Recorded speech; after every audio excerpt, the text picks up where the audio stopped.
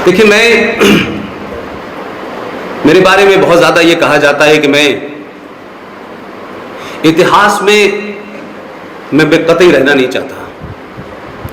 इतिहास क्या था, कैसा था, अभी हमारे बुजुर्ग, आपके प्रदेश के ब्यूरोक्रेट, कुछ बातें उन्होंने कही। लोग कहते हैं कि युवा आज का भ्रमित है। मेरा बिल्कुल दूसरा विचार है इस मामले में कि आज का युवा सबसे ज्यादा ज़हनी तौर पे क्लियर है उसे क्या करना है, उसमें कोई कंफ्यूजन नहीं है। ये बात अलग है कि हम इतिहास की बहुत सारी बातें कहते हैं, सत्ताएं आती हैं, सत्ताएं जाती हैं,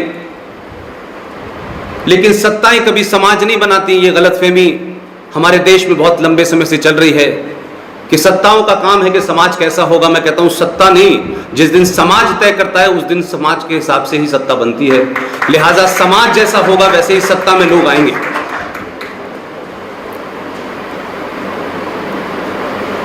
आज के यूथ को एक बहुत बड़ी ताकत उसके पास है, जिसका रियलाइजेशन हम कुछ लोगों को हुआ और लगा कि हम आज के यूथ से अपनी बात पहुंचाने के लिए उसको बड़े बड़े शब्दों में न फंसाएं, बड़े बड़े इतिहास की घटनाओं का हवाला न दें, क्योंकि आज का युवा सत्तू नहीं खाता है। आज का युवा बहुत कम समय में बहुत ज्यादा जानने की कोशिश करता है, और उसका ये सोचना और उसका ये करना इसलिए भी जरूरी है कि समय के साथ चीजें बदली हैं। हमारे ज़माने में कुछ छोटी सी भी जानकारी के लिए हमको किताब खरीदनी पड़ती थी, और किताब खरीदने के ज़रूरी नहीं है कि हर वक्त हमारे पास उतने पैसे हों। लेकिन आज के यूथ के पास दुनिया का सबसे तेज, सबसे धारदार जो हथियार है वो उसके हाथ में है, जिसे हम मोबाइल कहते हैं। और हमारी यहाँ मौजूदगी, आपके तमाम आयोजक,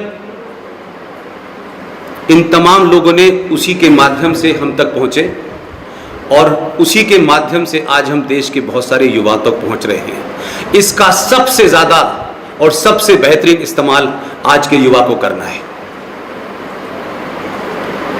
कोई कंफ्यूजन नहीं होना चाहिए। किसी नेता ने क्या कहा, किसी समाज सेवक ने क्या कहा, और उसके कहने के बाद आप ये परेशान हो कि ये सही है या गलत है। आपके हाथ में ये हथियार है, आप यहीं बैठे बैठे कह सकते हैं, सोच सकते हैं कि जो बात कही जा रही है, जो बताई जा रही है, जो पढ़ाया जा रहा है वो सच है कि नहीं सच है। इसका ब्लैक एंड व्हाइट यहीं हो जाएगा, कहीं किसी को जाने की जरूरत नहीं है। पिछले 70 सालों से हमने कई भ्रांतियां पनपने दी, और डेलिबरेटली पूरी सोच के, समझने के साथ बड़े ऑर्गेनाइज तरीके से इस देश के यूथ को एक ऐसे ट्रैक पे डाला है, ना जिसे उसके अपने माजी का पता है, ना अपने उसे इतिहास का पता है, वो किसके वंशज है उसका पता नहीं है। सबको ये बताया गया है कि भारत 1947 में पैदा हुआ था, उससे पहले तो भारत था ही नहीं। अब इस इतिहास को पढ़ने के बाद आपको पहले दिन से आपकी जड़ों से काटने, आपका क्या गौरवशाली इतिहास रहा है, आपके पूर्वज कौन थे, उन्होंने क्या क्या इतिहास में किया। ये देश, ये गंगा, जमुना, कैलाश पर्वत, हिमालय, ये 1947 में नहीं पैदा हुए थे, ये अनादिकाल से चल रहे थे। ये कुंभ 1947 में और आज योगी जी के आने से नहीं शुरू हुआ है, ये अनादिकाल से चल रहा था। लेकिन अगर आप अपने इतिहास को जान जाते, आप अपने पूर्वजों के बारे में जान जाते, तो 70 साल पहले इस देश पे बौने राज्य नहीं करते, इसलिए आपको गलत पढ़ाया गया। हमने 70 साल में हमको पढ़ाया जाता है कि भारत 15 अगस्त 1947 को आजाद हुआ। इससे बड़ा फ्रॉड हिंदुस्तान में कोई दूसरा हो नहीं सकता। ये किस इतिहासकार ने कहा है, कहां लिखा है, इसके बारे में कोई जानकारी नहीं दी गई। बस चाचा नेहरू ने बता दिया तो बच्चों ने सुन लिया, और हम वही भजन गाए जा रहे हैं। 15 अगस्त 1947 को भारत आजाद नहीं हुआ था। कोई डॉक्यूमेंट भारत के इतिहास में और नेशनल आर्काइव में नहीं रखा जिसमें यह लिखा हो कि 15 अगस्त को भारत को आजादी मिली थी। 15 अगस्त 1947 को अंग्रेजों ने ट्रांसफर ऑफ पावर आपको की थी, आजादी नहीं दी थी। अब जिस कंफ्यूजन से आप शुरू होते हैं, इसलिए आपके सामने वो मॉडल, वो रोल मॉडल रखे जाते हैं जिसमें आपको यह समझ नहीं आता कि हम किसको अपना हीरो माने, किसको अपना विलियन माने। और इस किस्म की आपका डिसअटैचमेंट जो किया गया, जिसके चलते आप पिछले 70 सालों से उन लोगों का इतिहास पढ़ रहे हैं, उन लोगों का गुणगान कर रहे हैं जिन्होंने इतिहास में और इस भारत में लोगों के साथ और इस देश के साथ गद्दारी की। जो लोग महान थे वो सत्ता में नहीं आए, उनकी सोच के लोग सत्ता में नहीं आए। इसीलिए दिल्ली में एक साहब जो भारत के पहले प्रधानमंत्री बने, वो सुबह सुबह भी अपने गेस्ट हाउस में अपनी बेटी को पत्र लिखा करते थे, फिर शाम में उनको बेटी की याद आती थी तो फिर एक पत्र लिखा करते थे। अंग्रेज उनसे पूछता था कि आपको कौन सा नाश्ता करना है, कौन सा अखबार पढ़ना है। लेकिन एक क्रांतिकारी उसी दौर में सेलुलर जेल में बंद था, उसको साल में एक चिट्ठी लिखने की परमिशन थी। अखबार और बाकी दुनिया के बारे में उसको कुछ पता नहीं था। जितनी यातनाएं उसने झेली, मैं नहीं समझता कि इस आधुनिक भारत में कोई उसके बारे में ढंग से बताता है। लिहाजा ट्रांसफर ऑफ पावर के जो किरदार थे, जो कैरेक्टर थे, जिनको तैयार किया गया था पिछले 70 सालों में, जिस A.O. ह्यूम नाम के आदमी ने कांग्रेस की नींव रखी थी, जरा उसका इतिहास पढ़ें। वो अंग्रेज को क्या सूझी थी कि भारत में एक कांग्रेस पार्टी बनाए और वो आजादी की लड़ाई लड़े। वो ये जानते थे कि कभी ना कभी तो छोड़ना है। लेकिन 70 साल में जब से कांग्रेस बनी और आपका मुल्क आजाद हुआ, उस बीच में उन्होंने तमाम आपकी सारे रूट से आपको काटा, आपकी शिक्षा पद्धति को बदल दिया। और वो तमाम सारे लोग जो उनकी सोच को जिंदा रखना चाहते थे, उन लोगों को उस वक्त उन्होंने सत्ता में बिठा के गए और उसके बाद उन्होंने भी वही रोल प्ले किया। ये बात अलग है कि वहां यूनियन जैक की जगह तिरंगा चला गया, लेकिन इस देश की सोच में, इस देश की शिक्षा पद्धति में, इस देश के तमाम कानूनों में, इस देश की व्यवस्था में जो ट्रांसफर ऑफ पावर के रूल थे, वही आज तक लागू है। इसलिए हमारा समाज कुछ कहता है, व्यवस्था कुछ कहती है। इस दोनों के तकरार के बीच में हम वो नहीं सोच पाते कि हमको करना क्या है, शुरुआत कहां से करनी है। हम विवेकानंद के बारे में बात करते हैं, हम सुभाष चंद्र बोस के बारे में बात करते हैं, वीर सावरकर के बारे में बात करते हैं, हम और तमाम जितने भी आप नाम ले लें। लेकिन एक छोटी सी मैं बात आपके सामने इसलिए रखना चाहता हूं कि सभागार में ज्यादातर मुझे लगता है 18 से 20-25 उम्र के बच्चे बैठे हुए हैं। एक बात आप याद कर लीजिए और ये मान लीजिए कि इसको कतई दिमाग से निकाल दें कि जब तक बहुत बड़ा संगठन नहीं होगा, बहुत पैसा नहीं होगा, तब तक आप कुछ कर नहीं पाएंगे। 2 साल पहले इस देश के कुछ लोगों को लगा कि सुभाष चंद्र बोस के इतिहास को जिस तरीके से दबाया गया है, सुभाष चंद्र बोस को जिस तरीके से जमीन में जिंदा दफन किया गया है, उन्होंने तय किया कि हम इस पूरे इतिहास को बाहर लाएंगे, इस इतिहास के बारे में युवाओं को बताएंगे, देश को बताएंगे, सरकारों को बताएंगे। लेकिन 2 साल के अंदर उसमें थोड़ी सी मेरी भूमिका इतनी है कि मैं भी उनसे एसोसिएटेड हूं। 2 साल में आपने सुभाष चंद्र कौन थे, उनके साथ क्या किया गया, उनके इतिहास को कैसे दबाया गया, कैसे आज भी आजाद भारत के सरकार के डॉक्यूमेंट में उनका नाम लिखा जाता है सुभाष चंद्र बोस वॉर क्रिमिनल। यह आज भी था आपके देश में। तो चंद लोगों ने जब तय किया तो सुभाष चंद्र बोस के उन डॉक्यूमेंट्स को भी हम लोगों ने बाहर निकलवाया। भारत की वर्तमान सत्ता के पास भी हम उसी तरह गए जैसे पहले जाते थे और हमने तमाम तथ्य रखे और कहा कि जो यूनाइटेड भारत था, यानी 1943 में सुभाष चंद्र बोस ने जो पहली आजादी की घोषणा की थी 21 अक्टूबर को, उस वक्त जब आजाद की घोषणा की थी भारत को, तो दुनिया के 12 देशों में उस वक्त का यूएसएसआर, उसने भी आपको मान्यता दी थी।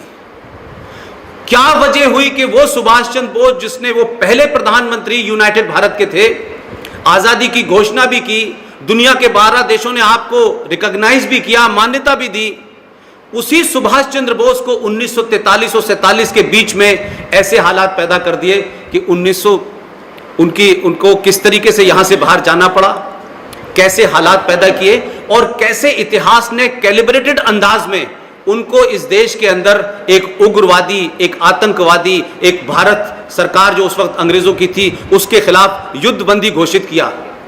तो ये कोई ऐसा नहीं था कि यकायक हो गया हो।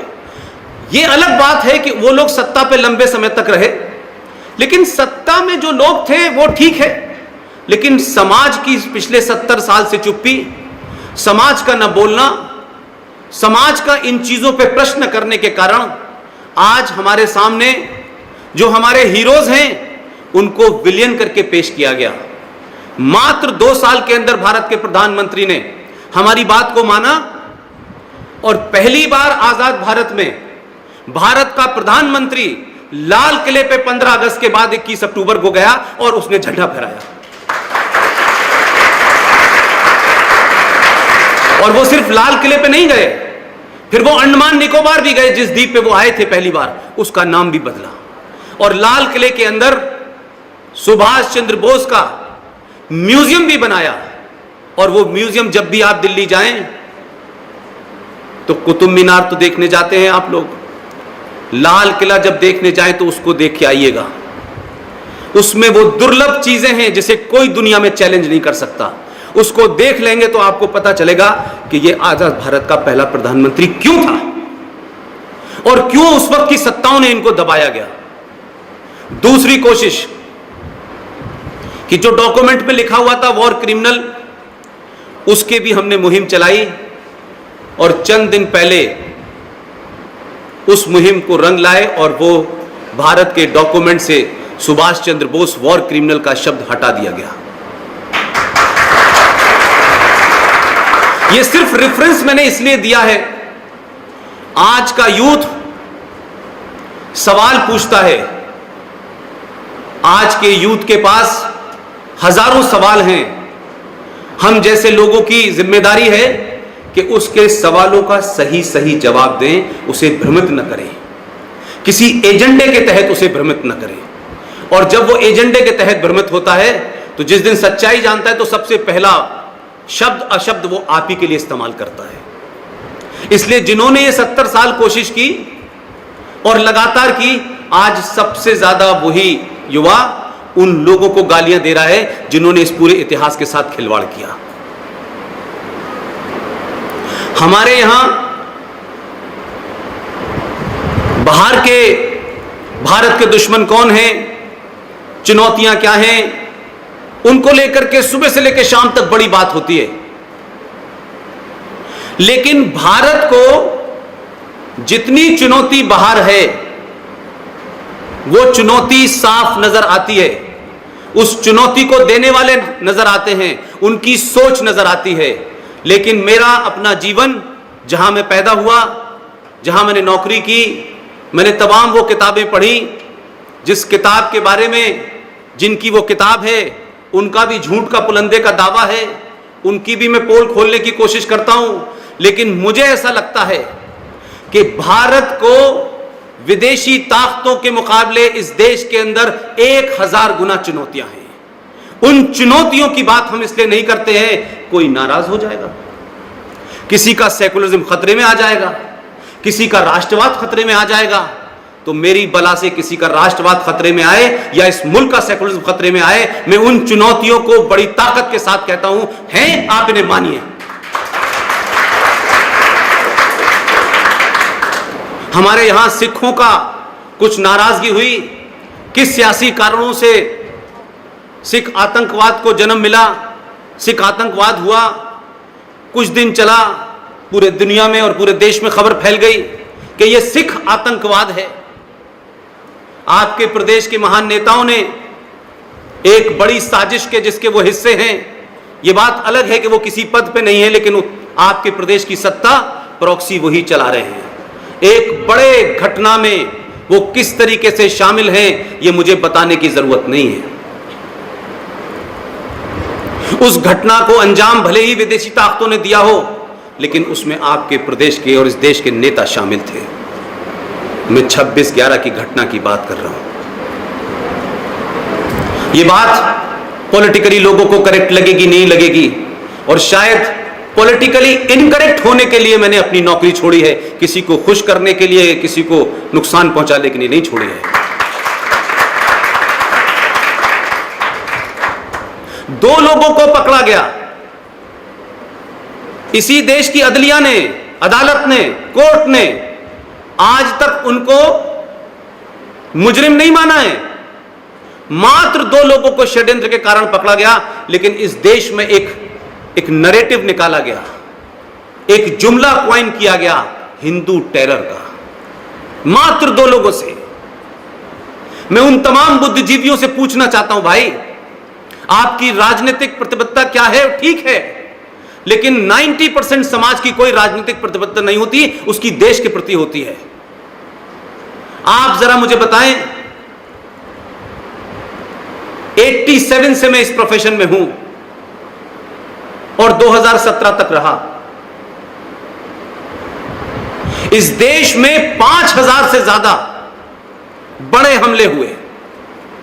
अयोध्या से लेके कोयंबटूर और कोयंबटूर से अजमेर से लेके कोई इस देश का शहर नहीं है जहां दंगे न हुए हों, जहां धमाके न हुए हों। धमाके करने वाले कौन थे, उनका लिंक कौन था, वो कहां से आए थे, वो किनको मारना चाहते थे, लेकिन इस देश और समाज की खामोशी और नेताओं की मक्कारी ने यह किया कि उसका धर्म नहीं पता चल पाया आज तक।